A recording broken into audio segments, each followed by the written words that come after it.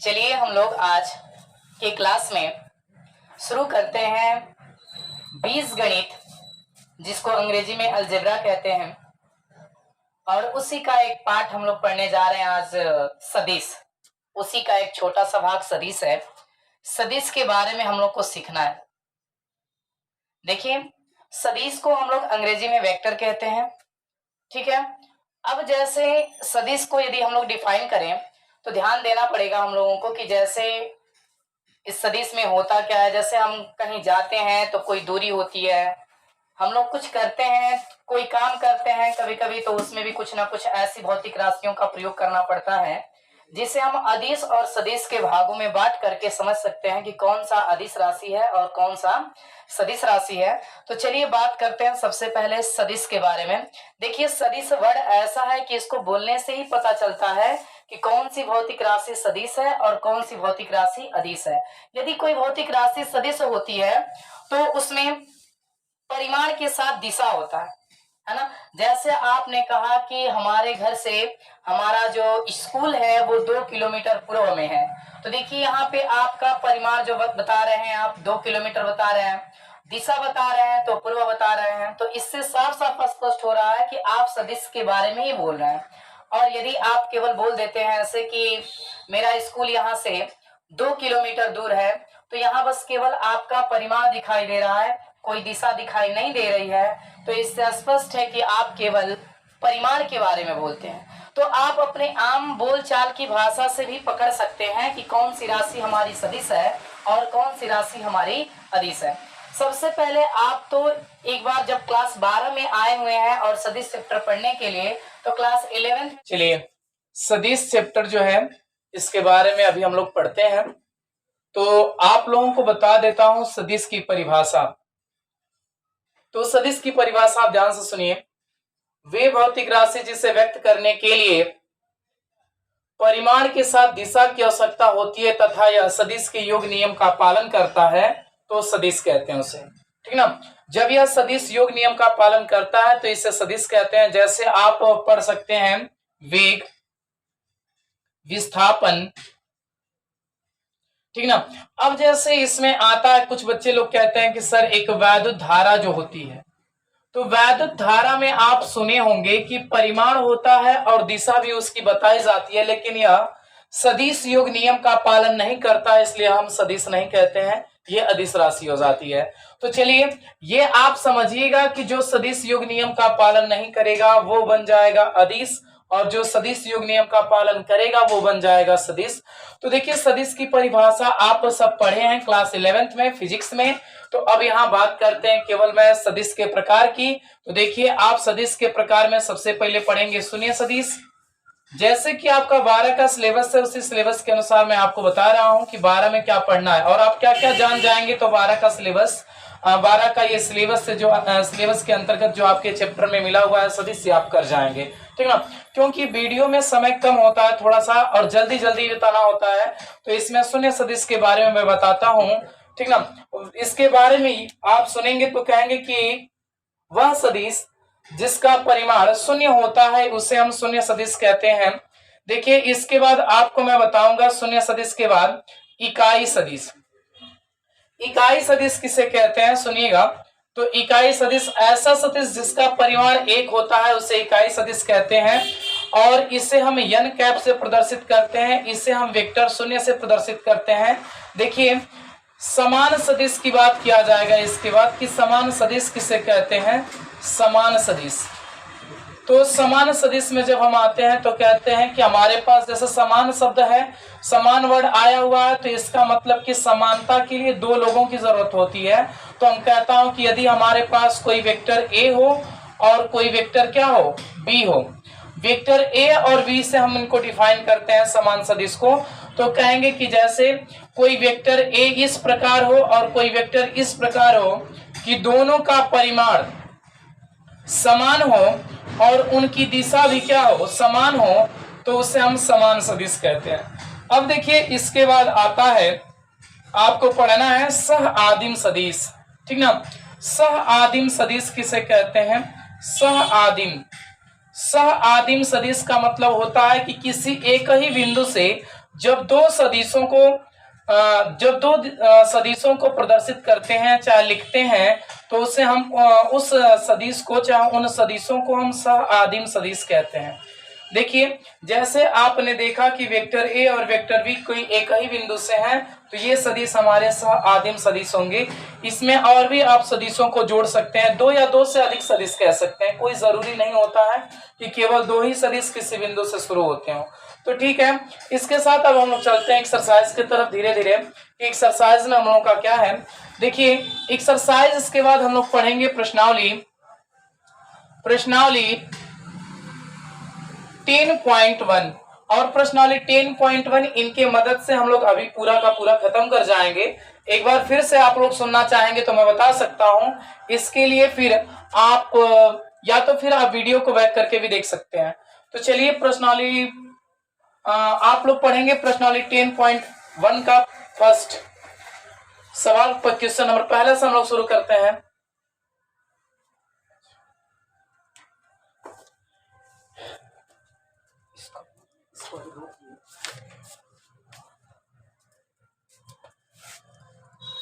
आप क्लास लेते हैं, कोई भी क्लास लेते हैं, तो उसमें आपके पास जरूरी चीज जो है, उसमें आप किताब, मैथ का किताब अवश्य रखें, पेन रखें और कॉपी रखें, क्योंकि साथ साथ आप समझते जाएं, क्वेश्चन को पढ़ते जाएं और सॉल्व करते जाएं, है ना। यदि आप ऐसा नहीं करते हैं तो दिक्कत होता है। देखिए, जैसे क्वेश्चन नंबर पहला कह रहा है कि उत्तर से 30 डिग्री पूर्व में 40 किमी के विस्थापन का आलेखीय निरूपण कीजिए। तो देखिए, जैसे हम लोग हैं बोर्ड के ऊपर, तो बोर्ड में सबसे ऊपर आप छोटी सी कक्षाओं से पढ़ते आ रहे हैं कि ऊपर नॉर्थ होता है, नीचे साउथ होता है, देखिए इधर वेस्ट होता है और इधर जो होता है ईस्ट होता है। तो सुनिए, आपको कह रहा है कि उत्तर से 30 अंश के कोण पर, तो उत्तर से 30 अंश का कोण, आपकी ये जो लाइन प्रदर्शित कर रहे हैं, ये जो लाइन आप बना रहे हैं, ये आपका पूरब से पश्चिम हो गया और देखिए ये उत्तर से दक्षिण हो गया। उत्तर से 30 अंश का कोण बनाने के लिए कह रहा है, तो देखिए आपका ये उत्तर दिशा है, उत्तर दिशा से 30 अंश का कोण बनाना है, तो उत्तर दिशा से आप 30 अंश का कोण बना लीजिए। उत्तर दिशा से 30 अंश के कोण पर आपको इस पर 40 किलोमीटर का आलेखीय निरूपण बनाना है, तो इसमें आप ले लीजिएगा कोई निश्चित दूरी 40 किलोमीटर के लिए और इसमें दिखा दीजिएगा कि कौन सा पॉइंट तक जाते जाते आपका 40 किलोमीटर पूरा हो जाता है। तो जैसे एक पॉइंट लेते हैं मैं, तो मैं यहाँ से यहाँ तक को मान लेता हूँ 10 किलोमीटर है, ये हो जाएगा आपका 20 किलोमीटर, ये आपका 30 और कहीं यहाँ तक आते आते आपका हो जाएगा 40 किलोमीटर। आप यहाँ आलेखीय निरूपण इसका कर देंगे कि यहाँ से यहाँ तक पूरा हमारा जो है 40 किलोमीटर है। ठीक है, तो ये पहला सवाल आपका था। पहला सवाल में बस आपका आलेखीय निरूपण करना है। तो देखिए, ये आपका उत्तर है, ये आपका दक्षिण है, ये आपका पश्चिम है, ये आपका पूर्व है और इस पूर्व से उत्तर से 30 डिग्री का कोण, यानी यहाँ का एंगल जो बनना चाहिए वो 30 अंश का बनना चाहिए और 30 अंश का कोण बनाते हुए आपको दिखाना था 40 किलोमीटर का विस्थापन, तो आपने 40 किलोमीटर का विस्थापन ऐसे क्या कर दिया, दिखा दिया। चलिए अब क्वेश्चन नंबर दूसरा करते हैं हम लोग। क्वेश्चन नंबर दूसरा, ध्यान दीजिएगा, क्वेश्चन नंबर दूसरा में क्या बोल रहा है, ध्यान दीजिएगा। क्वेश्चन नंबर दूसरा आप भी पढ़ते रहिए साथ में, क्वेश्चन नंबर दूसरा नहीं पढ़ेंगे तो फिर आपको क्वेश्चन समझ में नहीं आएगा। कह रहा है कि निम्नलिखित मापों को अदिश एवं सदिश के रूप में श्रेणीबद्ध कीजिए। कह रहा है दूसरा क्वेश्चन में कि जो मान लिखा गया है, इसमें जो कह रहा है कि जो कुछ भी लिख रहा है इसको आपको सदिश और अदिश के रूप में क्या करना है, श्रेणीबद्ध करना है। तो जैसे इसमें लिखा है सबसे पहले 10 kg, मैं क्वेश्चन क्या क्या लिखा है इस चीज को नोट कर लेता हूं फिर आपको बताता हूं। इसके बाद लिखा है 2 मीटर, 2 मीटर लिखा है उत्तर पश्चिम, उत्तर पश्चिम। इसके बाद देखिए थर्ड नंबर में लिखा हुआ है 40 अंश। इसके बाद फोर्थ नंबर में आते हैं, 4 नंबर इसका क्या लिखा है, लिखा है 40 वाट। इसके बाद लिख रहा है 5 नंबर में इसका 10 के पावर 19 कूलम और 6 नंबर में लिखा हुआ है 20 मीटर प्रति सेकेंड स्क्वायर।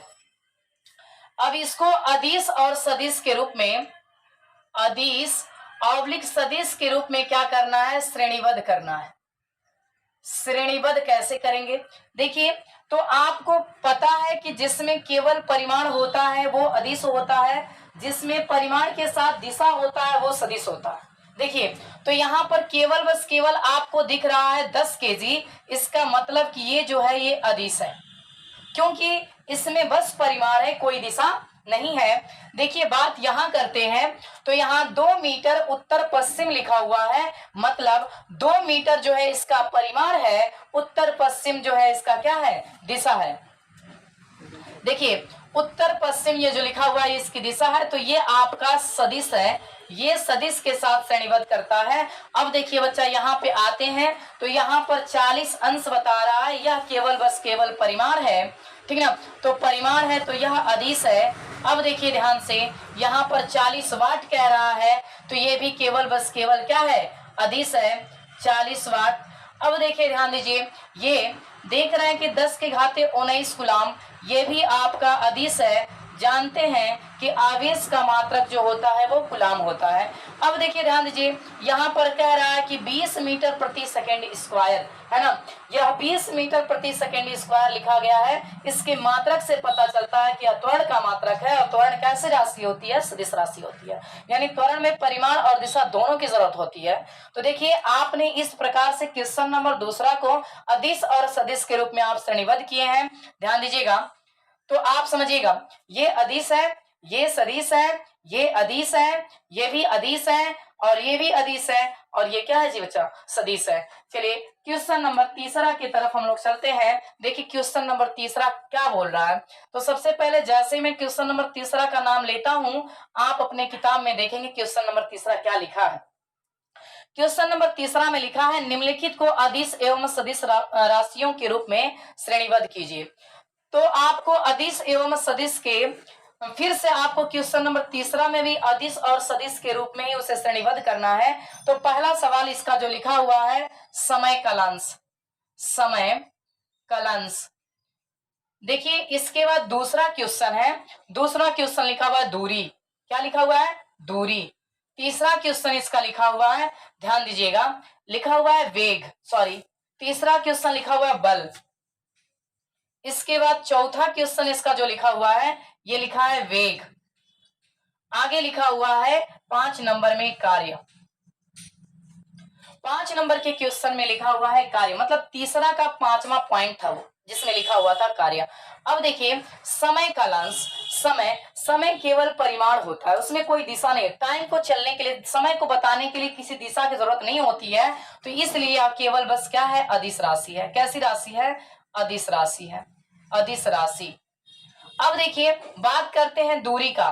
तो दूरी में केवल परिमाण होता है, जैसे 20 किलोमीटर, अब इसमें कोई दिशा नहीं है। कह देंगे 15 किलोमीटर, इसमें कोई दिशा नहीं है, यह केवल 15 किलोमीटर, जो 20 किलोमीटर, यह केवल परिमाण को प्रदर्शित कर रहा है, तो यहाँ पर यह केवल अदिश राशि होती है। इसे हम कहेंगे दूरी को अदिश राशि।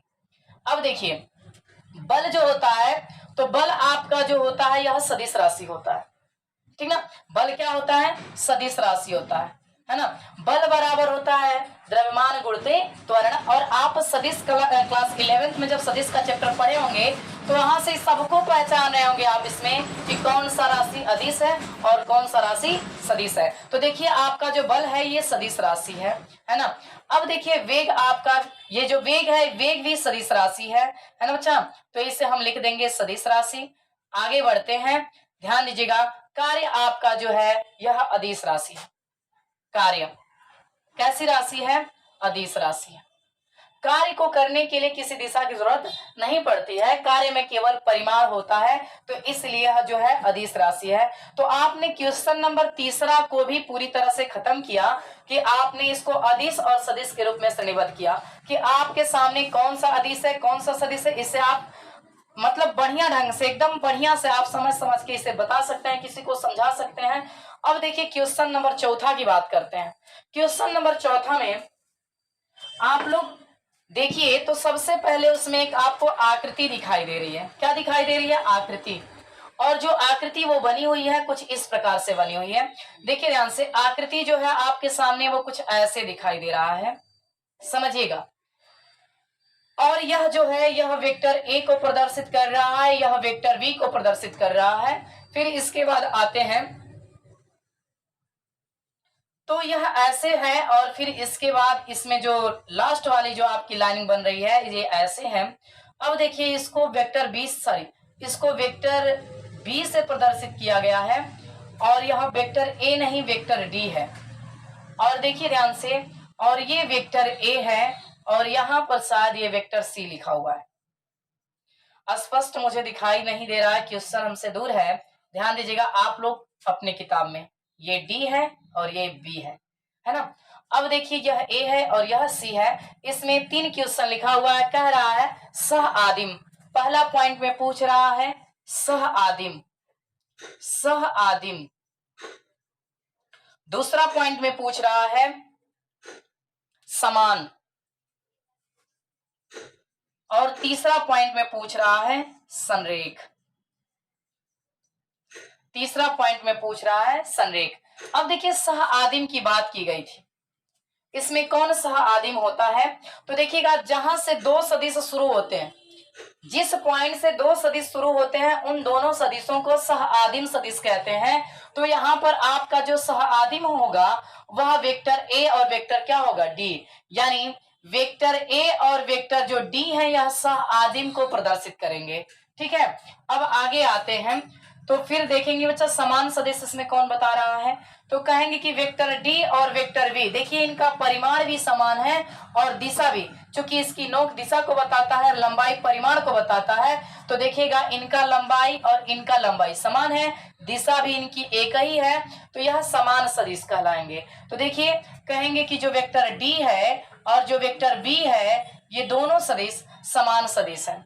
अब संरेख सदिश की बात कर रहा है कि संरेख सदिश कौन है, ठीक ना। संरेख सदिश कौन है? तो इसमें आपको दिख रहा होगा वेक्टर ए और वेक्टर क्या जी बच्चा सी। वेक्टर ए और सी क्या है? संरेख है ना जी बच्चा। तो इसमें वेक्टर ए और वेक्टर सी जो है बच्चा संरेख है। तो इस प्रकार से आप क्लियर कर गए होंगे क्वेश्चन नंबर 4 को भी, कि इसमें जो आकृति से सवाल पूछ रहा था सबका आंसर आपके सामने है। ठीक है, तो अब क्वेश्चन नंबर 4 को हम लोग खत्म करते हैं, क्वेश्चन नंबर 5 पे आते हैं। ध्यान दीजिएगा क्वेश्चन नंबर 5 क्या है। क्वेश्चन नंबर 5 जो बोल रहा है कि निम्नलिखित का उत्तर सत्य अथवा असत्य के रूप में दीजिए, है ना। 5वां क्वेश्चन में लिखा हुआ है कि जो क्वेश्चन आपके सामने लिखा हुआ है उसको आपको बताना है कि वो सत्य है कि असत्य है। तो जैसे आपके सामने हम क्वेश्चन नंबर 5 को लिखते हैं और क्वेश्चन नंबर 5 में लिखा है वेक्टर ए और माइनस वेक्टर ए संरेख है, संरेख है। दूसरा क्वेश्चन कह रहा बच्चा कि 2 संरेख सदिशों का परिमाण सदैव समान होता है। 2 संरेख सदिशों का परिमाण सदैव समान होता है। देखिए इसके बाद तीसरा क्वेश्चन जो बोल रहा है, तीसरा क्वेश्चन इसका क्या है, कह रहा है समान परिमाण वाले 2 सदिश संरेख होते हैं। देखिएगा ध्यान से, समान परिमाण वाले 2 सदिश समान होते हैं। और क्वेश्चन नंबर 4 की बात करते हैं, 4 की बात करते हैं, तो इसमें लिखा हुआ कि समान परिमाण वाले 2 संरेख सदिश समान होते हैं। देखिएगा नीचे, समान परिमाण वाले 2 सदिश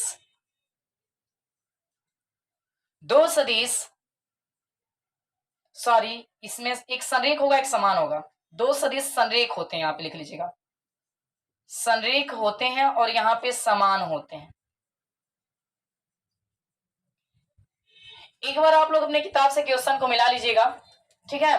तो जैसे क्वेश्चन नंबर 5वां का पहला है कि वेक्टर ए और माइनस वेक्टर ए संरेख है। तो ये अभी जैसे आप आकृति इससे पहले वाला बनाए थे तो इसमें देखे थे आप लोग संरेख सदिश को, ऐसे कुछ ही आकृति थी आपके पास। ये वेक्टर डी था, ये वेक्टर बी था, ये वेक्टर ए था और ये वेक्टर सी था। आपने अभी कहा उसमें पिछले वाले क्वेश्चन में कि जब पूछ रहा था संरेख सदिश को, तो आप कह रहे थे वेक्टर ए वेक्टर सी संरेख सदिश है। तो उसी प्रकार से आपको जब कहीं यही वेक्टर ए और माइनस वेक्टर ए कह रहा है कि संरेख है, तो आप कहेंगे कि जी सर ये बात सत्य है कि ये संरेख है, क्योंकि इनका परिमाण समान है, इनका दिशा क्या है विपरीत है, तो ये संरेख हो सकते हैं। अब देखिए बात यहाँ पे करते हैं कि दो संरेख सदिशों का परिमाण सदैव समान होता है, तो ये कोई जरूरी नहीं है कि दो संरेख सदिशों का परिमाण सदैव समान हो। इनका परिमाण मतलब बड़ा और छोटा भी हो सकता है, किसी का परिमाण कुछ हो सकता है तो किसी का परिमाण कुछ हो सकता है। तो यह बात जो है यह असत्य है, यह असत्य है। देखिएगा, जैसे एक बार फिर से मैं क्वेश्चन को रिपीट कर रहा हूं कि दो संरेख सदिशों का परिमाण सदैव समान होता है, तो यह बात क्या है जी बच्चा, असत्य है। यह बात सत्य नहीं है, यह हर केस के लिए लागू नहीं होता है। ठीक है, आगे बढ़ते हैं हम लोग। कह रहा है समान परिमाण वाले दो सदिश संरेख होते हैं। यह भी कोई जरूरी नहीं है कि समान परिमाण वाले ही सदिश जो होते हैं वो संरेख होते हैं, है ना। असमान परिमाण वाले सदिश भी क्या होते हैं, संरेख होते हैं। तो ये बात भी क्या है जी बच्चा, असत्य है, सॉरी असत्य है, असत्य है। अब देखिए नीचे कह रहा है कि समान परिमाण वाले दो सदिश समान सदिश होते हैं। फिर से सुन लीजिएगा, समान परिमाण वाले दो सदिश समान होते हैं। देखिएगा, कोई जरूरी नहीं होता है कि समान परिमाण वाले ही दो सदिश क्या हो, समान हो। समान तो आप उनकी दिशा सॉरी उनका दिशा बता देंगे, परिमाण कुछ आगे पीछे भी बड़ा छोटा भी हो जाएगा तो वो समान हो जाएंगे। तो देखिए ध्यान से, ये बात भी आपका जो है ये असत्य लिखा हुआ है, तो यहाँ पर असत्य कर देंगे आप। तो इस प्रकार से आपका प्रश्नावली 10.1 खत्म होता है। आप अगले वीडियो को भी जरूर देखें।